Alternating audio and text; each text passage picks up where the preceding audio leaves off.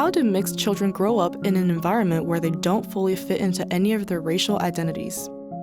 Now that I'm in college, I'm surrounded by people from different backgrounds. Speaking different languages only helps you make connections. That leads me to thinking of the mixed people I know in my life. How do they feel in college, where the culture is a melting pot?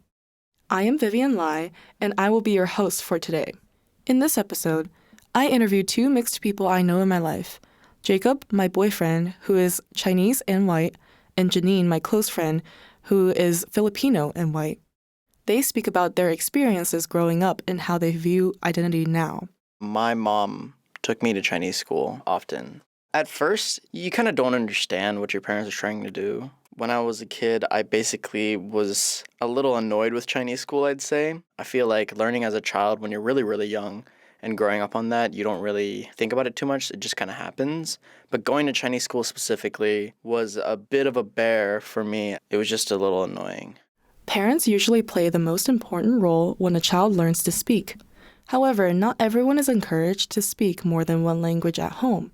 My parents did not encourage me to learn another language. I kind of wish that I did know some Tagalog, but when my mom came here, she was pretty much Americanized. My mom, she was discouraged from speaking in her native tongue just to assimilate. I just think it's cool to learn another language and also just to connect with my family members. And I wish purely just to be able to connect with my more distant relatives. Whenever I do interact with other Filipino people, it feels like it didn't validate my ethnicity as much.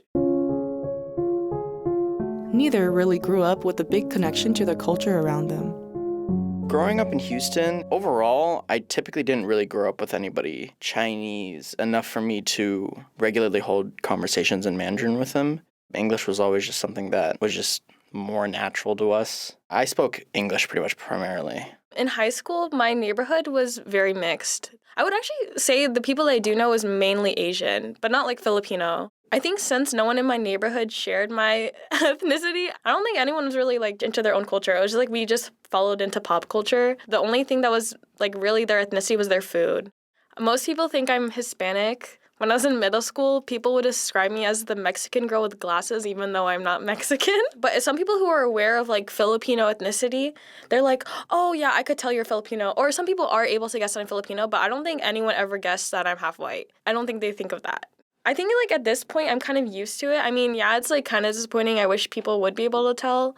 But also at the end of the day, I don't think my ethnicity or race plays a major part in my life. If anything, it's just one big, oh, I thought you were Mexican. Oh, I thought you were blah, blah, blah. And then it's never brought up again. Funnily enough, both Jacob and Janine attempted joining organizations targeting their cultural identities in college. My first year, I did join this club called the Mahjong Club, which was literally just an Asian game. In the club, there are pretty much just all Asians in there. So I found myself associating with them a lot more. There's just a lot more Asian people at UT than there were when I grew up. So when I joined the CSA, which is Chinese Student Association here on campus, it is an association of students that primarily does things within Chinese culture or Chinese-speaking people just to keep our traditional cultures alive in some sense. From what I could tell, they just all spoke English. They're more focused on the cultural aspect. We're all generally English speakers. So that's an example of me specifically seeking out a group of Asian people, but it didn't really work well. I don't know. I did try joining Filipino Student Association in hopes to make friends. From my perspective, I feel like it's easier to make friends within your own race. Obviously, this isn't the rule, but growing up, it was very hard for me to fit in with my ethnicity because I'm never Asian enough, I'm never white enough. A lot of mixed people do talk about that. So when trying to make friends in college with Filipino Student Association, I thought, oh, maybe since we have this small connection, we'd be able to build off that, develop a friendship. But when I joined it, most of the people were not Filipino. Also, I feel like that organization is very cliquey, so it was hard to fit in. Unfortunately, it seems neither of these attempts turned out amazing. And after hearing this, I was curious about how much the two considered themselves to be connected to their cultures. Janine was more disconnected from her heritage and culture because there was a lack of encouragement from her mom, and she didn't have any strong links to the Filipino side of her heritage. I don't know, I just don't really think about my race, and my mom also isn't super, super Filipino, so there's no real reason for me to connect with my culture. Because my grandma moved back to the Philippines. It's not like she's making Filipino food for me anymore, and my mom never cooks. I don't eat the food anymore. I don't speak the language. I don't even think about it. I don't listen to the songs.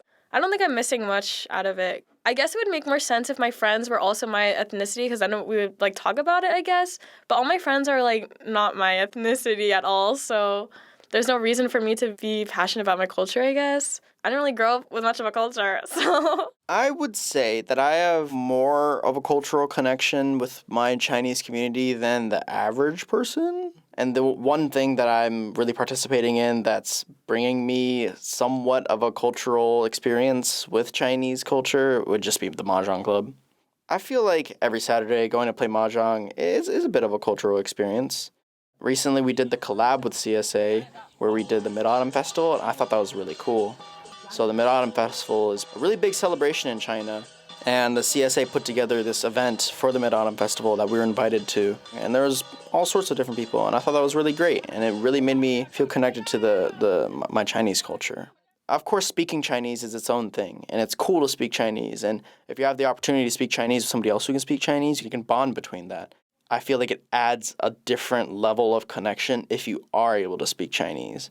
So I have been able to talk to people before in Chinese. They look at me in surprise, and then they're really friendly towards me, and we have a nice conversation, and it's great, and it makes me feel nice. I feel like, wow, I know Chinese, and I'm using it, and it makes me feel connected to these other people.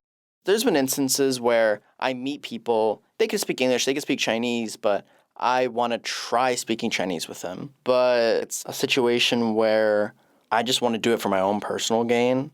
My Chinese is, I feel like I'm losing it, so I want to try to use as much as I can. I want to try to actively speak Chinese with them. But Janine feels differently on this topic.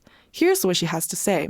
I could like exist right now not being Filipino or Polish. Like I'm just American at this point. My racial identity does not play a big part in my life. I think to base your identity off of something that you're born with, it's like something that you can't control. Identity should more so be based on the way that you shape yourself, what you care about, what you value, and that isn't tied to your genetic composition that you have no control over. It was sounding like Jacob was more motivated to connect with his culture, and turns out I assumed correctly. I'm definitely motivated to keep my Chinese roots. I want to keep the culture alive. I know I'm not completely Chinese, and I know that I'm not around my mom to where she's my primary Chinese influence, but I am trying to preserve the Chinese cultural behaviors that I do, or at least celebrate the holidays that Chinese people celebrate. I would like to keep speaking Chinese as much as I can. I'd like to not lose it. I'm trying. I'd rather keep it than lose it. I do think that, to me, it's important.